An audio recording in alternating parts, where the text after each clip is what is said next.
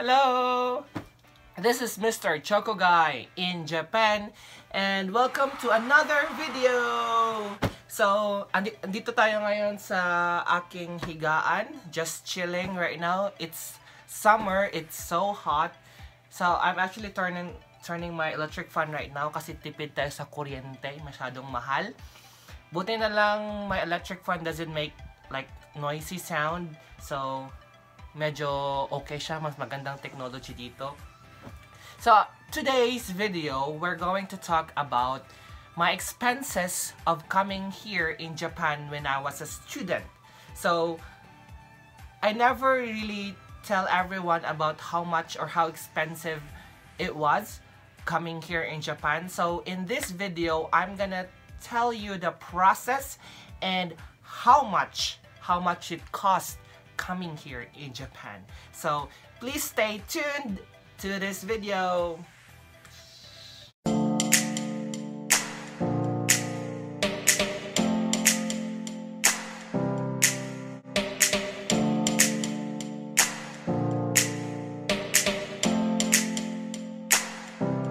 So, first, a short story backstory, whatever.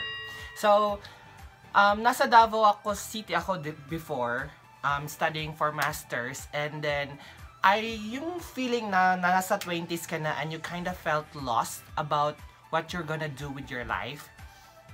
So that's when the time when like my sister-in-law that time told me that she will go to a seminar where for a language student going abroad about studying a new language. So I'm kind of have a free time. So I said, yes, why not go there? So pumunta kami doon, na-convince kami na pumunta dito because sumali sa program just to see how it goes. And my sister-in-law actually that time saying na, uy, bagay sa'yo ang program, para sa'yo yan kasi you're still young, you still have the potential. So ayun na nga, the problem is yung parents ko. So, it's really hard to convince them to come here in Japan, to really let me, spread my wings and fly away. So, it took time. I have to convince my brother, and my brother had to convince my parents just to come here. So, that's the struggle at first. So, ayun na nga, nasa company na, nag-ano na ng mga expenses. So, I learned that around 10,000 was the processing fee for all the papers coming to Japan, to the agency, and etc. And one thing I learned more is that there's like 30 to 40,000 worth of, you have to have a pre-knowledge of Japanese, at least the basic Japanese, to come here in Japan. So you have to kind of study for 160 hours in the Philippines, and that is around 40,000, 30 or 40,000 peso. I don't exactly remember the amount, but that's how it goes. So 10,000 for the processing fee, 40,000 maybe for the language school.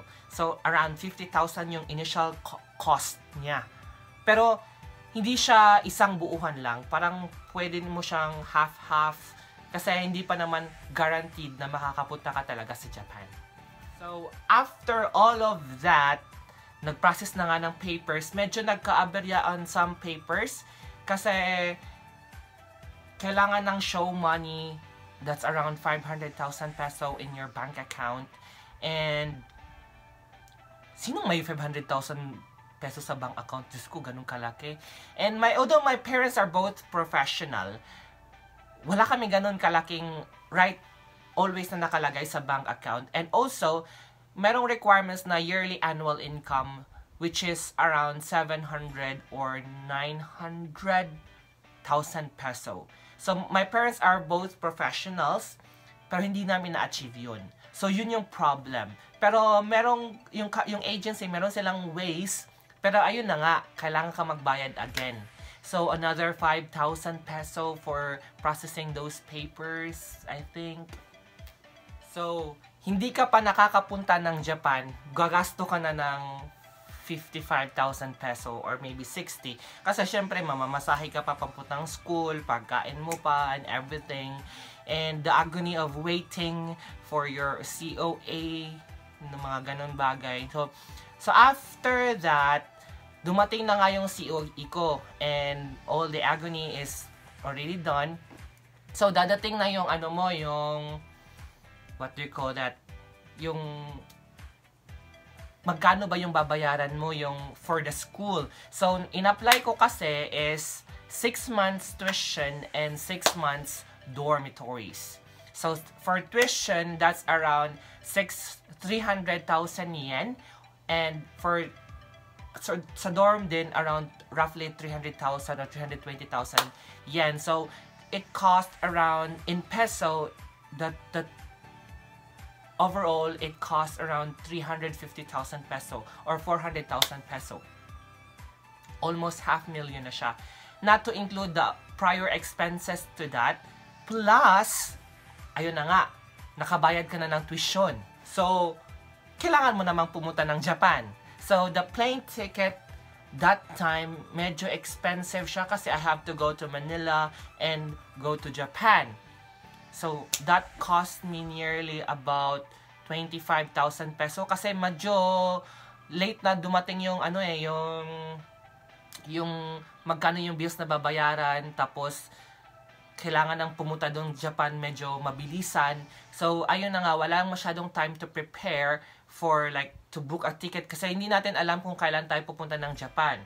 So, pagpunta pa lang sa Japan, plane ticket na ganun kalaki, and another, kailangan mo ng money pagpunta dito.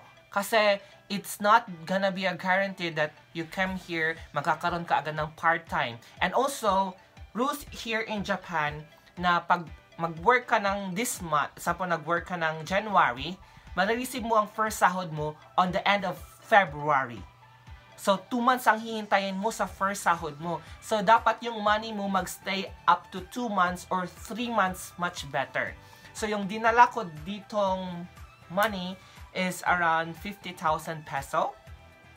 So, that 50,000 peso is actually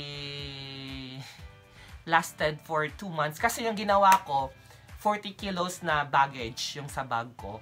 I guess 18 kilos lang yung sa damit ko.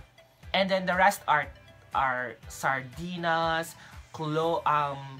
anything that can be like preservatives that came from the Philippines. Any food like noodles, dilata, anything na pwede akong makapagtipid, dinala ko siya dito sa Japan.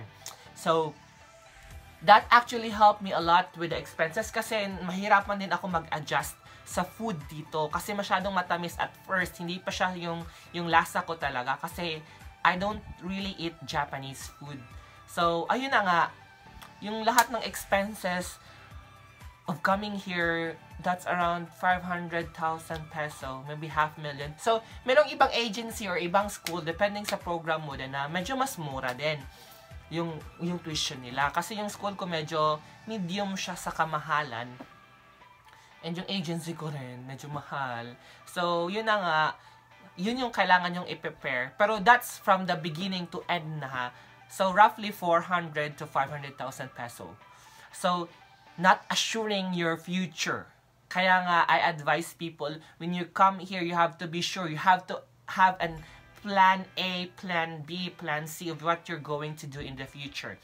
And as my blog, I'm planning to give you as much as information to help you plan your future of coming here in Japan. So, please subscribe to my videos and follow me on Instagrams and Facebook so that we can, you're free to send messages to me because that could help me make more videos. Thank you. See you.